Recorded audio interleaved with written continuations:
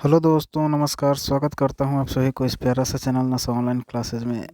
आज हम लोग मैट्रिक फाइनल परीक्षा में जो 2026 में प्रश्न पूछा जाएगा समांतर श्रेणी से, जो कि क्लास 10 से वन शॉट के रूप में 30 प्रश्नों को करने वाले हैं। और इसमें से आप सभी को 25 प्रश्न कम से कम सही करके दिखाना है। और यहाँ पर लिखा हुआ है समांतर श्रेणी का अंग्रेजी में अर्थमेटिक प्रोग्रेशन कहते हैं। अगर इस वीडियो के अंतर्गत जो भी आप सभी को क्वेश्चन समझ में आता है तो आप लोग सब्सक्राइब कीजिएगा और अपने दोस्तों को भी भेज दीजिएगा ताकि वे लोग भी समझ पाए। और लास्ट में लाइक कर दीजिएगा और लाइक करने के बाद बेल आइकन को प्रेस ज़रूर कीजिएगा। तो चलिए अब करते हैं वीडियो की शुरुआत, यानी कि क्वेश्चन का शुरुआत। और क्वेश्चन में क्या क्या पूछा जाता है, यहाँ पर हम लोग सिर्फ ऑब्जेक्टिव प्रश्न को करने वाले हैं और एक दो सब्जेक्टिव आ सकते हैं, यानी कि हल करने वाले प्रश्न भी आ सकते हैं। यहाँ पर पहला प्रश्न हम सभी के सामने आ चुका है और यहाँ पर क्या बोल रहा है कि समांतर श्रेणी का सामान्य पद क्या होता है।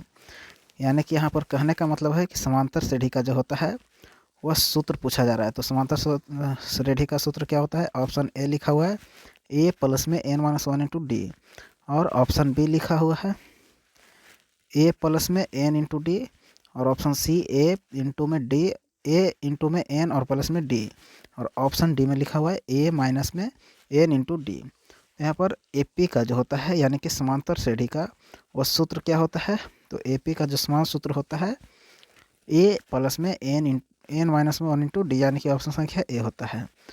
2 नंबर प्रश्न को देखते हैं और 2 नंबर प्रश्न में क्या लिखा हुआ है? यदि a बराबर में 3 और d बराबर में 2 तो श्रेणी का पाँचवा पद क्या होगा? तो यहाँ पर हम सभी को a मिल गया है, d मिल गया है, तो पाँचवा पद आसानी से ज्ञात कर सकते हैं। किस प्रकार से? यहाँ पर देखिए, जैसे कि यहाँ पर हम सभी को क्या दिया गया है? ए दिया गया है। सबसे पहले हमें पाँचवा पद निकालना कैसे, ये पता होना चाहिए। तो पाँचवा पद निकालने के लिए होता है ए प्लस में 5 से 1 कम 4 में गुना करना पड़ेगा डी को, और ए क्या है? 3 है, और यहाँ पर डी क्या है? तो 2 है। तो 4 में 2 से गुना करेंगे, यहाँ पर गुना करना है, 2 से गुना करेंगे तो 4 में 2 से गुना करेंगे तो 8 आएगा, और 8 में 3 को ऐड करेंगे, यानी कि 8 में 3 को ऐड करेंगे तो कितना आएगा? 11 आ जाएगा, जो कि हमारा ऑप्शन सी में है, यानी कि ऑप्शन संख्या सी हमारा सही हो जाएगा। 2 के बाद अब 3 नंबर में चलते हैं और 3 नंबर को देखते हैं कि क्या लिखा हुआ है। तो यहाँ पर लिखा हुआ है कि समांतर श्रेणी में समान अंतर को क्या कहते हैं? प्रथम पद कहते हैं, समान अंतर कहते हैं, या अंतिम पद कहते हैं, या योग कहते हैं? तो बताइए कि समान अंतर को क्या कहते हैं? तो यहाँ पर लिखा हुआ ही है समान अंतर, यानी कि हमारा ऑप्शन बी सही होना चाहिए, यानी कि समानांतर कह जाते हैं, या उसी को हम लोग पद अंतर भी कहते हैं या सर्व अंतर भी कहते हैं। तो इसका ऑप्शन संख्या बी सही हो जाएगा। 3 के बाद हम 4 नंबर में चलते हैं और यहाँ पर दिया गया है कि 2, 4, 6, 8 का समान अंतर, यानी कि सार्व अंतर पूछा जा रहा है। तो इसका सार्व अंतर क्या है? तो सबसे पहले तो यहाँ एपी में दिया हुआ है, तो हम लोग डायरेक्ट यहाँ पर से सार्व अंतर निकाल सकते हैं। किस प्रकार से? तो इस प्रकार से, सबसे पहले तो A2 माइनस में A1, ये होता है समान अंतर, यानी कि D का फॉर्मूला। A2 कितना है? तो 4, और A1 कितना है? तो 2, और 4 में से यदि 2 को घटाएंगे तो हमारा कितना आएगा? 2, यानी कि जहाँ पर हमारा 2 आंसर होगा वही ऑप्शन सही हो जाएगा। 4 के बाद 5 नंबर में चलते हैं और 5 नंबर में लिखा हुआ है कि AP 7, 10 और 13 का प्रथम पद कौन सा है? तो प्रथम पद वही होता है जो सबसे शुरू में होता है, यानी कि जो यहाँ पर 7 है वही हमारा प्रथम पद हो जाएगा, यानी कि जहाँ पर 7 होगा वह आंसर हो जाएगा, यानी कि ए। 5 के बाद 6 नंबर में चलते हैं और 6 नंबर में क्या लिखा हुआ है देखते हैं। AP लिखा हुआ है माइनस में 7, -2 और 1 का समानांतर क्या होगा, यानी कि समान अंतर क्या होगा? तो आप सभी को पहले पता करना है कि क्या यह दिया हुआ AP जो है क्या सही में AP में है? अगर AP में है तो सही है, और नहीं है तो गलत है। तो यहाँ पर AP बोल दिया गया है पहले ही, यानी कि यह AP में है। तो डायरेक्ट हम लोग को यहाँ पर से A2 और माइनस में A1 करना है, और A2 के स्थान पर माइनस में 2 है, और A1 के स्थान पर कितना है? तो माइनस में 5 है, तो इसे ब्रैकेट में लिखना है। और जब माइनस माइनस को आपस में अभिक्रिया कराएंगे तो क्या हो जाएगा? प्लस हो जाएगा, यानी कि प्लस में 5 और माइनस में 2। जब 5 में से 2 को घटाएंगे तो कितना आएगा? 3 आएगा। यानी कि हमारा ऑप्शन संख्या कौन सा सही होगा? सी, प्लस वाला 3 होगा, माइनस वाला नहीं। 6 के बाद अब 7 नंबर में चलते हैं और 7 नंबर को देखते हैं। लिखा हुआ है कि समांतर श्रेणी में कितने पद हो सकते हैं। तो समांतर श्रेणी में होता है वह कितने पद होते हैं? ऑप्शन के अनुसार देखना है। सीमित होता है, असीमित होता है, दोनों होता है या कोई नहीं होता है। तो बताइए कि समांतर श्रेणी में जो पद होती है वह कितना होता है। तो इसका सही आंसर कौन सा हो जाएगा? तो इसका सही आंसर हो जाएगा ऑप्शन संख्या यहाँ पर सी, यानी कि सीमित भी होता है और असीमित भी होता है, यानी कि अनंत भी हो सकता है और अपने मन से मानकर भी हो सकता है, लिमिट के अनुसार। अब 8 नंबर क्वेश्चन को देखते हैं और 8 नंबर में लिखा हुआ है कि यदि d बराबर 0 हो तो AP कैसे होगी। यानी कि d बराबर में 0 का दिया हुआ है, यानी कि AP जो AP में होता है जो समांतर क्या कहते हैं उसे, सार्व अंतर जो है हमारा 0 दिया गया है। जो यहाँ पर सार्व अंतर होता है वह 0 दिया गया है। तो AP कैसा होगा? बढ़ेगी यानी कि बढ़ती हुई होगी, घटती हुई होगी या स्थिर होगी या असमान होगा। तो बताइए कि इसका सही आंसर कौन सा होगा। जब हमारा D का मान 0 है, यानी कि यहाँ पर D का जो मान है 0 है, तो क्या हम आगे की AP को निकाल सकते हैं और आगे बढ़ा सकते हैं? तो सही आंसर आएगा कि नहीं, यहाँ पर स्थिर रह जाएगा, यानी कि जितना हमारा प्रथम पद होगा वही हमारा AP के रूप में चला जाएगा। 8 के बाद 9 नंबर में चलते हैं और यहाँ पर दिया गया है कि 10, 7, 4 कैसी श्रेणी है? बढ़ती श्रेणी है, घटती श्रेणी है, स्थिर श्रेणी है या समान श्रेणी है। तो यहाँ पर क्वेश्चन को फिर से समझते हैं। 10, 7 और 4 जो है कैसी श्रेणी है? बढ़ती श्रेणी, घटती श्रेणी, स्थिर श्रेणी या असमान श्रेणी। तो इसका बिल्कुल सही ऑप्शन कौन सा हो जाएगा? यहाँ पर 10 के बाद 7 है, 7 के बाद 4 है, यानी कि यह घटते क्रम में है। तो इसका ऑप्शन संख्या बी हो जाएगा। 9 के बाद हम 10 नंबर में चलते हैं और 10 नंबर में लिखा हुआ है कि AP का सूत्र AN कौन सा है। इन जो ऑप्शन दिया हुआ है उसमें AP का AN का सूत्र क्या है? तो A प्लस में AN D, A प्लस में AN into D, A minus में AN माइनस 1 इंटू D या A प्लस में AN माइनस 1 इंटू D या A प्लस में D। तो बताइए कि AP में जो होता है AN का सूत्र क्या होता है। तो AN का जो सूत्र होता है A प्लस में AN माइनस 1 इंटू D, यानी कि ऑप्शन संख्या सी। 10 के बाद 11 नंबर पर चलते हैं और 11 नंबर में दिया हुआ है, यहाँ पर AP दिया हुआ है 1, 3, 5 और 7 का 10वां पद क्या होगा। तो आप सभी को पता होगा 10वां पद निकालने के लिए कि 10वां पद कैसे करके निकालते हैं। तो 10वां पद निकालने के लिए सबसे पहले तो हमें A का मान होना चाहिए, A का मान पता होना चाहिए। तो A का मान कौन होगा? जो सबसे शुरू में होगा, यानी कि A का मान हमें पता है वह कितना है? 1 है। अब उसके बाद D के मान पता होना चाहिए। तो D का मान कैसे निकालेंगे? तो D का मान दूसरा में से पहला को घटाकर, यानी कि 3 माइनस में 1, 3 माइनस में 1 घटाएंगे तो 2 आएगा। अब 10वां पद का सूत्र क्या होता है? तो A प्लस में D में, यानी कि यहाँ पर सर्वांतर में 9 से गुना करते हैं तो हमारा 10वां पद निकलता है। और A के स्थान पर कितना है? 1 और D हमारा कितना है? तो 2। इन दोनों को आपस में गुना करेंगे तो 9 में 2 से गुना करने के बाद 18 और 18 में 1 जोड़ेंगे तो 19। जहाँ पर हमारा 19 होगा वही ऑप्शन सही हो जाएगा, यानी कि ऑप्शन संख्या A। 11 के बाद 12 नंबर में चलते हैं। 12 नंबर में लिखा हुआ है कि 5, 5, 5 AP 5, 5, 5 का D क्या है। तो यहाँ पर बताइए 5 में से 5 को घटाएंगे तो कितना आएगा? 0, यानी कि AP का जो हमारा यहाँ पर D है वह 0 है। 12 के बाद 13 नंबर को देखते हैं। 13 नंबर में लिखा हुआ है कि AP का पहला पद दर्शाया जाता है। AP का जो पहला पद होता है वह किससे दर्शाया जाता है? N से दर्शाया जाता है, D से, A से या I से। सॉरी, यहाँ पर I नहीं है, L है। तो N, D, A या L। तो किससे दर्शाया जाता है? पहला पद को हमेशा A से दर्शाया जाता है, यानी कि ऑप्शन संख्या C। 13 के बाद 14 नंबर में चलते हैं और 14 नंबर में लिखा हुआ है क्या? यहाँ पर AP का दूसरा पद क्या होता है? AP का जो दूसरा पद होता है वह सूत्र क्या होता है, फॉर्मूला क्या होता है? तो AP का दूसरा पद निकालने के लिए आप सभी को एक फॉर्मूला बताते हैं। हमेशा होगा पहला पद, ठीक। और वहाँ पर जितना बोला जाए, जैसे 2 यहाँ पर बोला गया है तो उससे एक कम करके डी में गुना किया जाता है, यानी कि 2 से 1 कम कितना होता है 1, और 1 में डी से गुना, यानी कि जहाँ पर ये होगा वह सही हो जाएगा। और एक बात कि जहाँ पर 1 गुना में होता है तो उसका कोई वैल्यू नहीं होता है, यानी कि जहाँ पर ए प्लस में डी है उसका वही सही हो जाएगा। तो कौन सा है, ऑप्शन संख्या बी, ये हो जाएगा सही आंसर 14 नंबर का। 15 नंबर देखते हैं, और 15 नंबर में क्या लिखा हुआ है, ए पी 4, 9 और 14 का डी क्या है। यानी कि यहाँ पर एक ए पी दिया गया है, उसमें से हमें ए पी में से निकालना है डी का मान। तो कैसे निकालेंगे, A2 में से A1 को घटाकर, तो A2 कितना है 9 और A1 कितना है 4, जब दोनों को घटाएंगे तो कितना आएगा 5, और जहाँ पर हमारा 5 है वह सही ऑप्शन हो जाएगा, यानी कि ऑप्शन संख्या बी। 15 के बाद हम 16 नंबर में चलते हैं, और 16 नंबर को देखते हैं। 16 नंबर में लिखा हो गया है कि यदि ए पी का पहला पद 2 है और डी है जो 3 है तो तीसरा पद क्या होगा।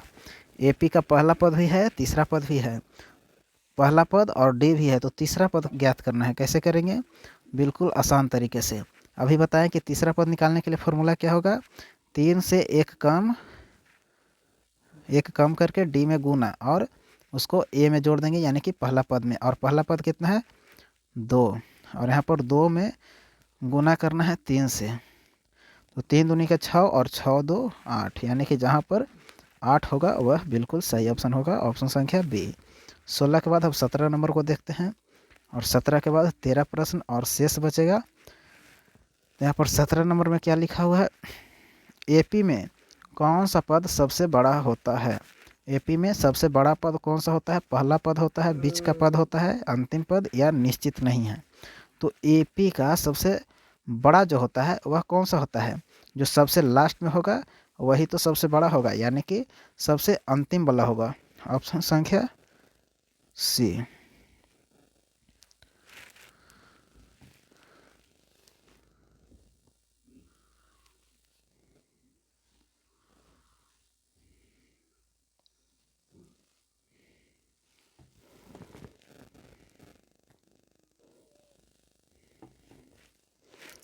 फिर से यहाँ पर देख लेते हैं, यहाँ पर दिया गया है कि एपी में कौन सा पद सबसे बड़ा है।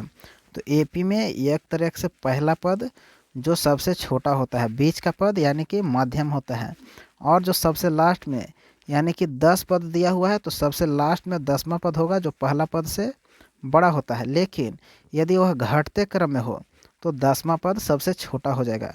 तो इस प्रकार से हम लोग यह निश्चय नहीं कर सकते हैं कि कौन बड़ा होगा और कौन छोटा होगा, यानी कि इसका सही ऑप्शन कौन सा हो जाएगा, ऑप्शन संख्या डी, कि हम लोग निश्चित नहीं कर सकते हैं। तो इसका सही आंसर हो जाएगा ऑप्शन संख्या डी, यानी कि निश्चित नहीं। तो 17 नंबर के बाद 18 नंबर को देखते हैं, और 18 में लिखा हुआ है कि 100, 90 और 80 का डी क्या होता है, यानी कि इसका डी क्या होगा, सर्वंतर क्या होगा। कैसे निकालेंगे, तो यहाँ पर इसमें से इसको घटाकर, यानी कि A2 में से A1 को घटाकर, और A2 कितना है 90, और 90 में से 100 को घटाना है। तो यहाँ पर 90 में से नहीं घटेगा तो उल्टा घटाना है बरियारी करके, तो घटेगा तो माइनस में आ जाएगा, यानी कि माइनस में जो 10 होगा वही हमारा बिल्कुल सही ऑप्शन होगा। तो ऑप्शन संख्या बी। 18 के बाद 19 नंबर, और 19 नंबर में लिखा हुआ है कि AP -1 -4 -7 का समानांतर क्या होगा, यानी कि डी का मान क्या होगा। तो कैसे निकालेंगे डी का मान, आइए देख लेते हैं। डी का मान निकालने के लिए A2 चाहिए, और A2 में से A1 को घटाना होगा। तो A2 के जगह पर -4 है, माइनस में 1, तो माइनस में 4 और माइनस माइनस प्लस 1, तो -4 में से 1 को घटाना है तो कितना आएगा, माइनस में 3, यानी कि ऑप्शन संख्या बी। 19 के बाद 20 नंबर में चलते हैं, और 20 नंबर को देखते हैं क्या कहता है। 20 नंबर में लिखा हुआ है कि AP का 1वां पद यानी कि पहला पद क्या होगा। उसका जो शॉर्ट तरीका से हम लोग लिखते हैं, यही प्रश्न सेम पीछे भी था, तो सेम प्रश्न आ चुका है। तो बताइए कि जो AP का पहला पद होता है उसे किस चीज़ से सूचित करते हैं। तो ऑप्शन ए में है ए, ऑप्शन बी में डी, ऑप्शन सी में एन और ऑप्शन डी में एल। तो जो पहला पद होता है उसे किससे से सूचित करते हैं, तो वह ए से सूचित करते हैं, यानी कि ऑप्शन संख्या ए।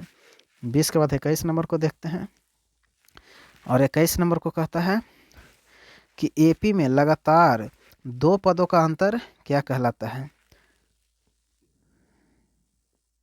एपी में जो है 2 लगातार पदों का अंतर क्या कहलाता है, समान। सॉरी, एक बार फिर से इसको देख लेते हैं। यहाँ पर लिखा हुआ है कि एपी में लगातार 2 पदों का अंतर क्या होता है, समान होता है, असमान होता है, शून्य होता है या बदलते रहता है। तो आप सभी को पता होगा कि क्या डी का मान हमेशा एक समान रहता है या चेंज होते रहता है। तो आप कहिएगा कि यहाँ पर एक समान नहीं होता है, यानी कि चेंज होते रहता है, बदलते रहता है। तो इसका ऑप्शन कौन सा सही होगा, डी। 2 लगातार पदों का अंतर क्या होता है, तो हमेशा बदलते रहता है। सॉरी, एक सेकेंड, यहाँ पर दिया गया है एक कोई एपी का मान, जैसे यहाँ पर 4 है, यहाँ पर 3 है, यहाँ पर फिर से दूसरा उदाहरण लेते हैं, 4, 8, 16, 16 से पहले 12। तो यहाँ पर ये कहने का मतलब है कि जब दूसरा में से पहला को घटाएंगे तो कितना आता है, 4। फिर से तीसरा में से दूसरा को घटाते हैं तो कितना आता है, 4। तो इसका क्या आएगा, हमेशा बराबर आ रहा है, यानी कि इसका समान होता है, ऑप्शन संख्या ए। 21 के बाद 22 नंबर में चलते हैं और 22 को देखते हैं। 22 नंबर में लिखा हुआ है कि एपी 6, 13 और 20 का डी क्या है। यहाँ पर जो एपी दिया हुआ है इसका डी का मान ज्ञात करना है। तो डी कैसे निकालेंगे, 13 में से 6 को घटाकर, 13 में से 6 को घटाते हैं तो क्या आएगा, 7 आएगा, यानी कि इसका ऑप्शन संख्या बी सही हो जाएगा। 22 के बाद अब 23 नंबर को देखते हैं, और 23 नंबर में लिखा हुआ है कि एपी 3, 6, 9 का 8वां पद क्या होगा। तो इसके लिए हमें पहला पद चाहिए और डी का मान चाहिए। तो वह कैसे आएगा, पहला पद तो है सबसे शुरू वाला यानी कि 3, और डी का मान दूसरा पद यानी कि 6 में से 3 को घटाने पर, तो घटाते हैं तो कितना आता है, 3। अब 8वां पद निकालना है, यानी कि पहला पद में 8 से कम करके डी में गुना, तो 7 गुना में डी, और डी का मान 3 है, तो 3 में गुना करना है 7 से, और फिर जोड़ना है ए का मान यानी कि 3। 7 में जब 3 से गुना करते हैं तो 7 या 21, और 21 में 3 को जोड़ेंगे तो कितना आएगा, 7 या 21, 21 और 3 24, यानी कि ऑप्शन संख्या बी। 23 के बाद अब 24 नंबर को देखते हैं। 24 नंबर में क्या कहता है, तो 24 नंबर में यहाँ पर लिखा हुआ है कि एपी में जो एपी होता है उसमें एनवा पद निर्भर करता है। एनवा पद निर्भर किस पर करता है, यहाँ ऑप्शन के अनुसार देखना है, केवल ए पर, केवल डी पर, केवल यहाँ पर ए और डी दोनों पर, या केवल एन पर। तो एनवा पद किस पर निर्भर करता है, तो यह दोनों पर निर्भर करता है, यानी कि इसका ऑप्शन कौन सा सही होगा, ऑप्शन संख्या सी, यानी कि ए, बी और सी दोनों। तो 24 के बाद 25 नंबर देखते हैं। इसके बाद सिर्फ 5 प्रश्न बचा है। लिखा हुआ है कि एपी 1, 1, 1 किस प्रकार का है। कहने का मतलब है कि जो एपी दिया हुआ है यह किस प्रकार का एपी है, बढ़ती हुई, घटती हुई, स्थिर है या एक समान है। तो यह कैसा एपी है, तो यह एक स्थिर है, यह एक स्थिर एपी है, यानी कि समांतर श्रेणी है, नहीं तो घट रहा है और नहीं तो बढ़ रहा है। 25 के बाद अब 26 नंबर को देखते हैं। 26 नंबर में क्या लिखा हुआ है, 26 नंबर में लिखा हुआ है कि एपी का समान अंतर ऋणात्मक हो तो श्रेणी कैसी होगी। एपी का समानांतर यानी कि डी का मान ऋणात्मक हो तो वह श्रेणी कैसी होगी, घटती हो, ऑप्शन के अनुसार बढ़ती है होगी या घटती होगी या स्थिर होगी या असमान होगी। तो एपी का मान ऋणात्मक में होगा तो क्या होगा, वह घटते हुए होगा, यानी कि ऑप्शन संख्या बी, इसका ऑप्शन संख्या बी सही होगा। और 26 के बाद 27 नंबर चलते हैं। 27 नंबर में लिखा हुआ है कि एपी में तीसरा पद होगा। एपी में जो तीसरा पद होता है उसका फॉर्मूला क्या होता है, तो पहला पद में 3 से 1 कम करके 2 से डी में गुना करना है, यानी कि इसका ऑप्शन संख्या कौन सा सही होगा, ऑप्शन संख्या बी सही होगा। 27 के बाद अब 28 नंबर देखते हैं। और 28 में लिखा हुआ है कि AP 11, 22 और 33 का डी है जो कौन सा है, मतलब कि सर्वांतर कौन सा है। तो सर्वांतर 22 में से 11 को घटाएंगे वही सर्वांतर होगा, और 22 में से 11 को घटाते हैं तो कितना आता है 11। तो जहाँ पर 11 होगा वह आंसर सही होगा, यानी कि ऑप्शन बी यहाँ पर सही होगा। 28 के बाद 29, और यह सेकंड लास्ट क्वेश्चन है। यहाँ पर लिखा हुआ है कि यदि AP का पहला पद 0 हो तो श्रेणी क्या कहलाता है। शून्य श्रेणी कहलाएगा, समांतर श्रेणी कहलाएगा, समांतर AP, सॉरी यहाँ पर साधारण AP कहेगा, स्थिर AP कहेगा, या इनमें से कोई नहीं। तो यदि AP का पहला पद 0 होता है तो उसे क्या कहते हैं, तो उसे हम लोग कहते हैं साधारण AP कहते हैं, यानी कि ऑप्शन संख्या कौन सा, ऑप्शन संख्या बी हमारा सही होगा। और इसके बाद अब एक लास्ट प्रश्न जो बचा है उस पर चलते हैं, और इसके बाद पूरा ख़त्म हो गया। यहाँ पर लिखा हुआ है कि AP का उपयोग कहाँ होता है। गणित में होता है। AP का जो प्रयोग होता है वह कहाँ पर होता है, गणित में होता है, भौतिक में होता है, दैनिक जीवन में होता है, या उपयुक्त सभी होता है। तो बताइए कि AP का हम लोग प्रयोग कहाँ करते हैं। तो AP का प्रयोग लगभग सभी जगह पर होता है, यानी कि ऑप्शन संख्या इसका डी होगा। अब इसके बाद अब एक भी क्वेश्चन नहीं है, तो यहाँ पर फिर से एक बार शुरू में आ जाते हैं। और यहाँ पर लिखा हुआ है कुछ, क्या लिखा हुआ है, यहाँ पर सब्सक्राइब लिखा हुआ है, शेयर लिखा हुआ है, लाइक किया हुआ है, लाइक लिखा हुआ है। तो ये तीनों काम जो है आप सभी को करना है इसी मोबाइल में। अगर ये वीडियो आप सभी को पसंद आया है तो आप लोग लाइक कीजिएगा, शेयर कीजिएगा अपने दोस्तों के पास जो कि क्लास 10th में तैयारी कर रहे हैं, और लाइक कीजिएगा। तो चलिए अब इस सेशन को करते हैं द एंड, और इसमें से आप सभी को कितना प्रश्न सही हुआ है और कितना गलत हुआ है ये भी लिख कर बताना है। जैसे आप मान के चलते हैं किसी का 22 सही हुआ है तो ऐसे करके ऑप्शन आता है 22/30 करके लिख कर भेज दीजिएगा। तो धन्यवाद, मिलते हैं अगले वीडियो में।